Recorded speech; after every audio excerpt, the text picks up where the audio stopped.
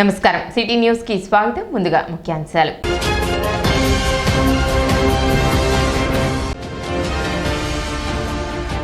ఎమ్మెల్సీగా పోటీ చేస్తున్న ఆలపాటి రాజేంద్ర ప్రసాద్ విజయాన్ని కాంక్షిస్తూ తెనాలి, వేమూరు నియోజకవర్గాల పట్టభద్రుల ఆత్మీయ సమావేశం.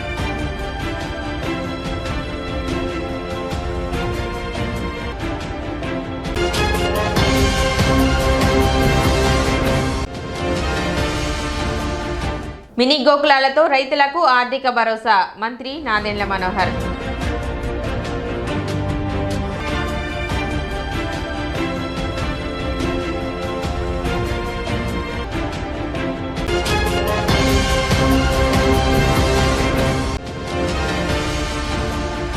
Shri Bharat foundation save organisation సంయుక్త ఆధ్వర్యంలో గో ఆధారిత ప్రకృతి వ్యవసాయంపై అవగాహన కార్యక్రమం.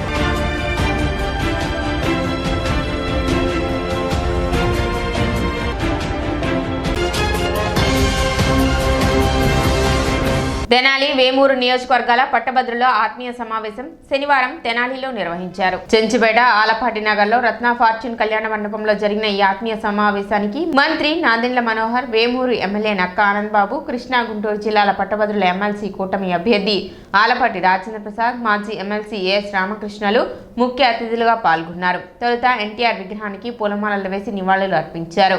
అనంతరం జరిగిన సభకు వ్యాయామ ఉపాధ్యాయులు వెంకటేశ్వర్లు అధ్యక్షత వహించారు.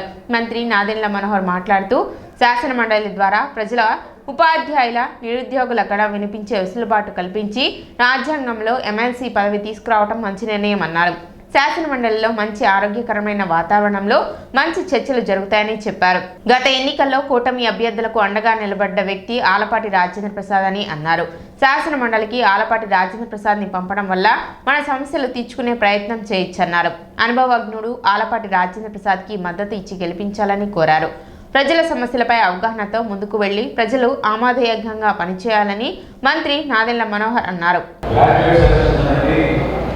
లోకల్ బాడీస్ బలోపేతం చేయడం కోసం, అదేవిధంగా ఎవరైతే శాసన మండలిలో కొన్ని ప్రధాన అంశాలు, టీచర్స్ సంబంధించిన అంశాలు, స్థానికంగా ఉన్న ఇన్ఫ్రాస్ట్రక్చర్, కాలేజీలోనూ, స్కూల్స్లోనూ ఎవరైతే ఎంప్లాయ్మెంట్ కోసం ఎదురు చూస్తున్నారో గ్రాడ్యుయేట్స్, వీళ్ళందరికీ కూడా ఒక గల వినిపించే విధంగా రాజ్యాంగంలో మనకు వెసులుబాటు కల్పించారు.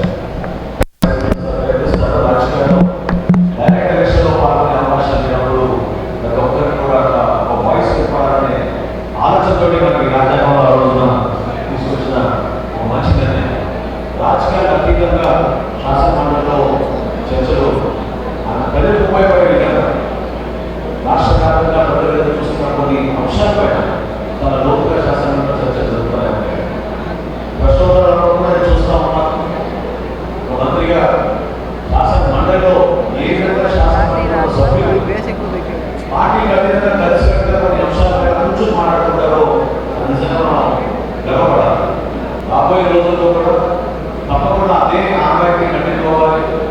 ఎందుకంటే బ్యాలెన్స్ చేసుకుంటూ వెళ్ళాలి. అనేక సందర్భాల్లో నేను చూసే శాసనసభలో పూర్తిగా పొలిటికల్ లేదు, కౌన్సిల్లో మాత్రం ఖచ్చితంగా పార్టీకి అతీతంగా కూర్చొని మాట్లాడుకొని ప్రజలకి అనుకూలంగా ఉండే విధంగా అంశాన్ని ఇంకా ముందుకు తీసుకెళ్ళడానికి ప్రయత్నం చేస్తారు సభ్యులందరూ.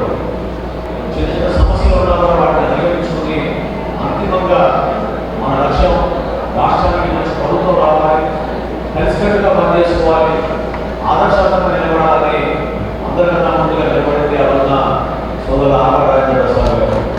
పరిపాలన అనేది ఈ రోజున చాలా కష్టకాలంగా ముందుకు తీసుకొస్తా ఉన్నాం. ఆర్థిక పరిస్థితి బాగాలేదు. గతంలో ఉన్న వ్యవస్థని దుర్వినియోగం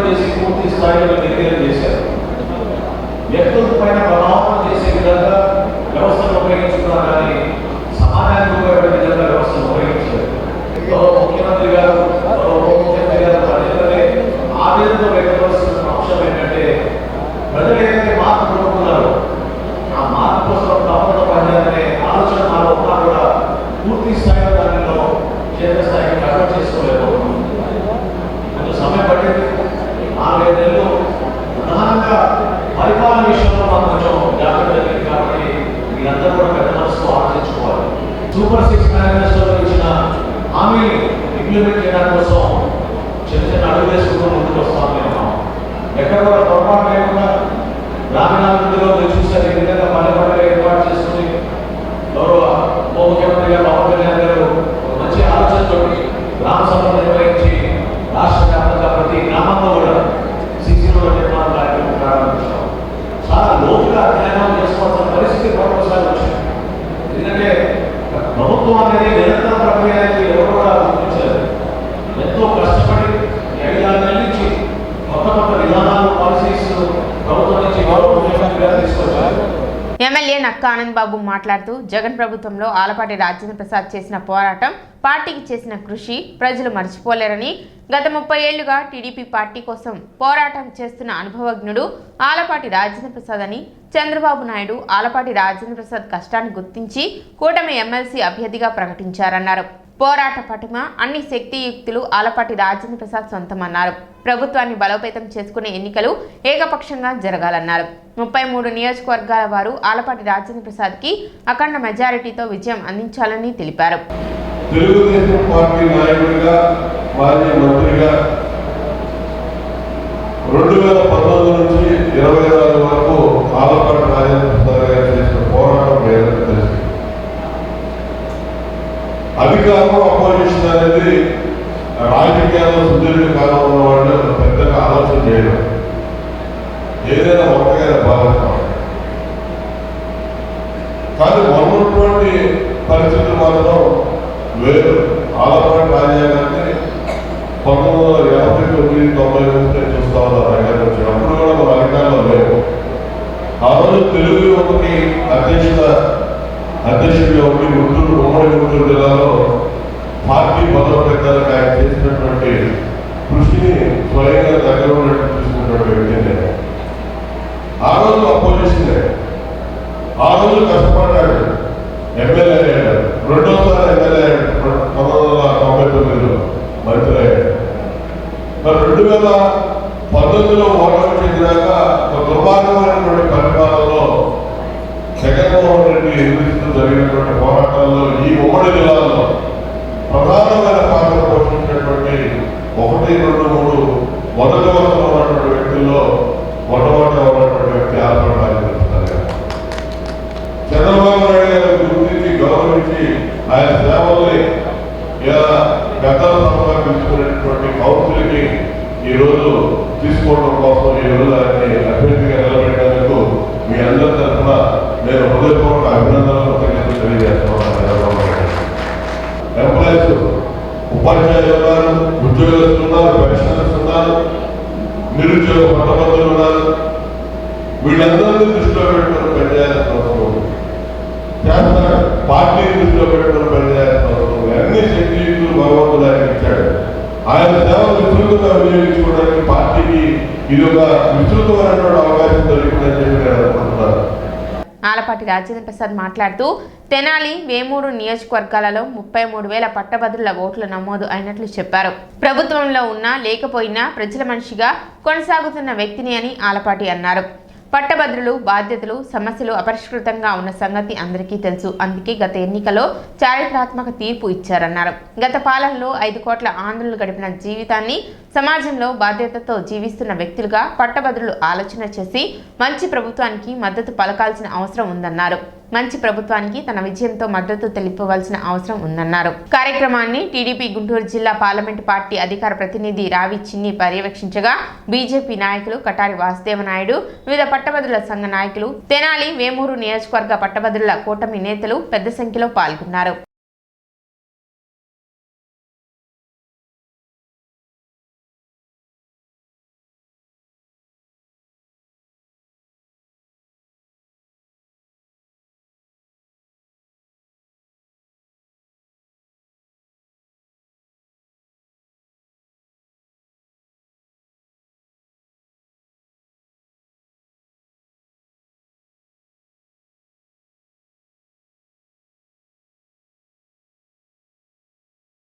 ఈరోజు తెనాలి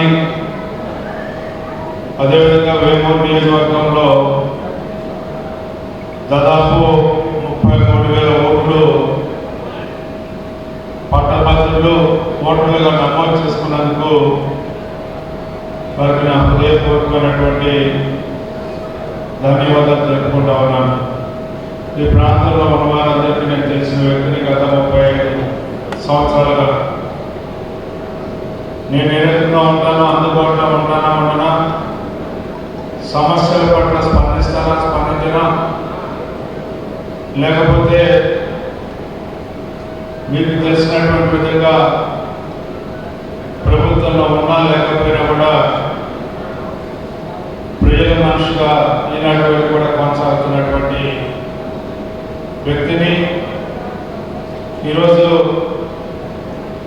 శాసన మండలి అభ్యర్థిగా ఉమ్మడి కృష్ణా గుంటూరు జిల్లాలకు సంబంధించి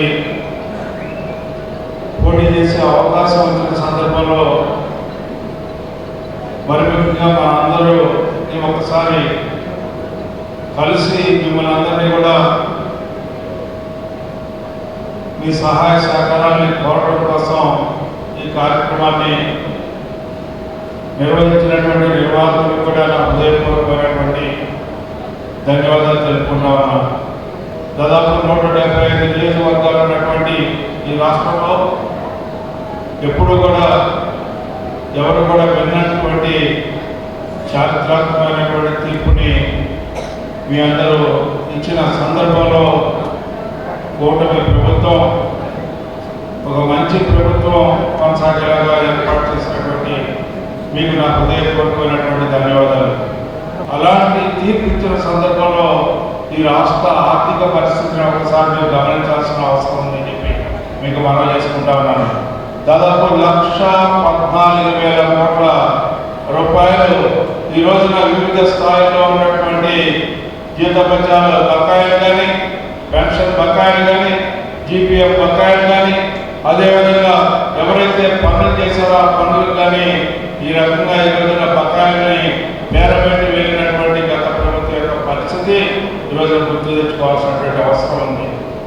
ఎందుకంటే నేను వింటా ఉన్నా 6 నెలలే అయింది ప్రభుత్వం వచ్చి, 2 నెలలు ఒక రోజు, ఒక 2 రోజులు, అదేవిధంగా ఒక 4 రోజులు జీతాలు పడలేదంటేనే ఏంటి అప్పుడే మొదలైంది అనే భావన మీ మనసులోంచి బయటకు వస్తూ ఉంది. తస్మాత్ జాగ్రత్తలు కూడా మీ అందరికీ మనం చేస్తా ఉన్నాం. సమస్యలు ఏ రకంగా పరిష్కరించగలుగుతా అనేది మార్గాన్ని మీరే చూపించాలి. ఆ రకంగా ప్రభుత్వానికి సహాయపడాలి అని చెప్పి ఈ సందర్భంలో అందరినీ కోరుతా ఉన్నా. మీ అందరి ఆశీస్సులు ఒక మంచి ప్రభుత్వానికి ఒక మంచి సంకేతంగా నా విజయం కావాలని చెప్పి సందర్భంగా కోరుతా ఉన్నా. అందుకని మీ అందరూ కూడా ఆలోచన చేయండి. ఈ రోజున ప్రజాస్వామ్య విలువలు కాపాడగలిగిన నాయకత్వం ఏదైతే ఉందో ఆ నాయకత్వాన్ని బలపరచాల్సిన బాధ్యత మనందరి మీద ఉంది అని చెప్పి ఈనాడు మీ అందరికీ విజ్ఞప్తి చేస్తూ ఆరుపాటు రాజేంద్ర ప్రసాద్ ఎదుట సంఖ్య మాత్రమే ఒకటే అనే సంఖ్యాలి. ఆ బాధ్యత సక్రమంగా నిర్వర్తించాలి. లేకపోతే మీరు టిక్కు కానీ లేకపోతే ఏదైనా రాసినా కానీ ఓటు చల్లదు. ఎవరైనా సరే చదువుకున్న వాళ్ళని ఓటేసామంటే 100కి 100% కూడా అది విజ్ఞతతో ఆలోచించి ఓటేసినప్పుడు ఆ ఓటు చల్లకుండా పోదు. లేకపోతే ఏదైనా దురుద్దేశంతో ఓటేస్తే అది చల్లకుండా పోతే అని మీ అందరికీ మనం చేస్తా ఉన్నా. ఆ రకంగా ఈ ఎన్నికల్లో మీ అందరూ మద్దతు ఇవ్వాల్సినటువంటి అవసరం మీపై ఉంది అని చెప్పి మనం చేసుకుంటూ ఆ రకంగా మీరు ఓటు వేయమని మిమ్మల్ని అందరినీ కోరుకుంటూ రాజకీయాలకు అతీతంగా పనిచేసి తెనాలి నియోజకవర్గాన్ని రాష్ట్రంలోనే నెంబర్ 1 నియోజకవర్గంగా తీర్చిదిద్దుకుందామని మంత్రి నాదెండ్ల మనోహర్ అన్నారు. శనివారం తెనాలి నియోజకవర్గ పరిధిలోని నందివెలుగు, కొలకలూరు గ్రామాలలో మహాత్మా గాంధీ జాతీయ గ్రామీణ ఉపాధి హామీ పథకం ద్వారా నిర్మిస్తున్న సీసీ రోడ్లకు మంత్రి నాదెండ్ల మనోహర్ శంకుస్థాపన చేశారు. తెనాలి మండలంలో గతంలో జరిగిన అభివృద్ధి పథకాలను ముందుకు తీసుకువెళ్లే విధంగా చక్కటి ప్రణాళికతో ముందుకు వెళుతున్నట్లు చెప్పారు. ఆర్థికంగా కష్టాలు ఉన్నప్పటికీ ప్రజల అభిప్రాయాలకు అనుగుణంగా అభివృద్ధి కార్యక్రమాలను చేపడుతున్నట్లు చెప్పారు. 4 కోట్ల రూపాయలతో ప్రారంభించిన పల్లె పండుగ కార్యక్రమంలో భాగంగా కొలకలూరు గ్రామంలో 13 లక్షల నిధులతో రోడ్డు నిర్మాణానికి నాంది పలికినట్లు చెప్పారు. రానున్న రోజులలో అతిపెద్ద పంచాయతీగా కొలకలూరు గ్రామాన్ని తీర్చిదిద్దుతామని మంత్రి మనోహర్ తెలిపారు. అదేవిధంగా నందివెలుగు గ్రామంలో కూడా 20 లక్షల నిధులతో సీసీ రోడ్ల నిర్మాణం చేపడుతున్నట్లు చెప్పారు. కార్యక్రమంలో కూటమి నాయకులు, కార్యకర్తలు, అధికారులు పాల్గొన్నారు. తెనాలి మండలంలో గతంలో జరిగిన అభివృద్ధి కార్యక్రమాలని ఇంకా ముందుకు తీసుకెళ్లే విధంగా ఒక చక్కటి ప్రణాళికతోటి ప్రజలు ఏ విధంగా కోరుకుంటున్నారో దానికి స్పందించే విధంగా కూటమి ప్రభుత్వం కష్టకాలంలో కూడా కష్టం ఎందుకంటున్నా అంటే ఆర్థిక పరిస్థితులు అంత బాలేకపోయినా కూడా రాష్ట్ర వ్యాప్తంగా ప్రతి గ్రామంలో అభివృద్ధి పనులు ప్రారంభించాలని నిర్ణయించుకుని దాదాపు 4 కోట్ల రూపాయలతోటి పల్లె పండుగ అనే కార్యక్రమం పవన్ కళ్యాణ్ గారు ఆ రోజు ఇచ్చిన నిధులతోటి మన తెనాలి నియోజకవర్గంలో ప్రత్యేకంగా తెనాలి మండలంలో అనేక ప్రాంతాల్లో ప్రారంభించుకున్నాం. కొల్కలూరు గ్రామంలో 13 లక్షల రూపాయలతోటి ఎప్పటి నుంచో పెద్దలందరూ కోరుకుంటున్నారు. ప్రతి సందర్భంలో శ్మశానానికి వెళ్ళే దారి సరిగా లేదు. గ్రామ పెద్దలందరూ కూడా ఏకగ్రీవంగా కోరింది ఏంటంటే ఊరందరికీ మంచి పనిగా ఇది మారుతుంది, దీనికి మాత్రం మీరు ఇమీడియట్గా ప్రయారిటీ ఇవ్వమంటే 13 లక్షల రూపాయలు శాంక్షన్ చేసి ఈరోజు శంకుస్థాపన కార్యక్రమానికి నాంది పలికాం. రాబోయే రోజుల్లో కూడా నేను మాటిస్తున్నాను, మన జిల్లాలోనే అతిపెద్ద పంచాయతీ మనకి కొల్కలూరు, ఖచ్చితంగా పూర్తి స్థాయిలో మార్పు వచ్చే విధంగా అభివృద్ధి కార్యక్రమాలు, రక్షిత మంచినీటి పథకం, అదేవిధంగా శానిటేషన్, ఈ మూడిటిపైన నేను దృష్టి సారించి కొల్కలూరు గ్రామంలో ఒక చక్కటి పంచాయతీగా మార్చే బాధ్యత తీసుకుంటామని ఈ సందర్భంగా తెలుపుకుంటున్నాను. వారం క్రితం నందివెలుగులో అక్కడ పెన్షన్ల పంపిణీ కార్యక్రమం కోసం వెళ్ళినప్పుడు ఆ గ్రామంలో భాగ్యమ్మ కాలనీ గ్రామంలో అక్కడ ఉన్న గ్రామస్తులందరూ కూడా వాళ్ళు ఎప్పటి నుంచో ఇబ్బంది పడుతున్నారనే సమస్య నా దృష్టికి తీసుకొచ్చినప్పుడు అక్కడ కూడా ఇమీడియట్గా రోడ్స్ మొదలు పెడతామని మాట ఇచ్చాను. వారం రోజుల్లోనే అక్కడ ఉన్న సైడ్ కాలువలన్నీ కూడా తవ్వించి సర్పంచ్ గారి సహకారంతో జేసీబీ తీసుకొచ్చి ప్రతి రోడ్లో మనం అక్కడ శానిటేషన్ ఇంకా ఇబ్బంది కాకుండా ఉండడానికి సైడ్ కాలువలను తవ్వించాం. ఈ రోజున అక్కడ 20 లక్షల రూపాయలతోటి సీసీ రోడ్ల నిర్మాణం అక్కడ ప్రారంభించాం. ఇంకా చేయాల్సింది చాలా ఉంది. ఇవి ఎన్ని మీటర్లని కాదు, ఎన్ని కోట్లని కాదు, అవసరం మేరకు ఖచ్చితంగా మన నియోజకవర్గాన్ని రాష్ట్రంలోనే నంబర్ 1 స్థానంగా మనం పనిచేసుకునే విధంగా అందరూ కలిసికట్టుగా, ఎన్నికలు అయిపోయినా ఇక్కడ రాజకీయాలు చేయాల్సిన అవసరం ఎవరికీ లేదు, పార్టీలకు అతీతంగా అందరం కలిసి పనిచేసుకుందాం. గ్రామీణాభివృద్ధి ప్రజలందరూ కూడా కోరుకునే విధంగా ముందుకెళ్ళాలని మనస్ఫూర్తిగా ఈ సందర్భంగా కోరుకుంటూ పెద్దలందరూ చక్కటి ఆహ్వానం పలికినందుకు నాకు కొల్కలూరులో రాబోయే రోజుల్లో ప్రతి ఏరియా కూడా మనం డెవలప్ చేసే విధంగా చేద్దాం. బీసీ కాలనీ కానివ్వండి, ఎస్సీ కాలనీ కానివ్వండి, ఎస్టీ కాలనీ కానివ్వండి, ఎక్కడైనా సరే ఎక్కడ కూడా ఎవరిని మనం పట్టించుకోలేదనే భావన కలగకుండా 100% అభివృద్ధి కార్యక్రమాలు చేసి చూపిస్తే అది కూడా ఈ సంవత్సరంలోనే పూర్తి చేస్తానని ఈ సందర్భంగా నేను అందరికీ మనవి చేస్తాను. ఇప్పుడు చిన్న విరామం.